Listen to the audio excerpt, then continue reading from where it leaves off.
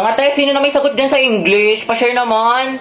Ito, huwag mo lulukutin ha. Kakaltokan kita. May sagot ka na sa math? Thank you. Wala nga rin niyang hirap. Kaldag lang yung alam ko. Tamang antay lang ako ng sagot. Sinusolve na nila. Diba, log, parenthesis, Go, x top plus 2, one. Oo, tapos x Yes, plus kaya niyo yan, 5x, mga math tapos wizards. x plus 2 Galingan niyo, times guys, ha? X plus 5 is equals to 0. Ano daw? So, ang sagot sa 10, X is equals to 1 half. Tama yan.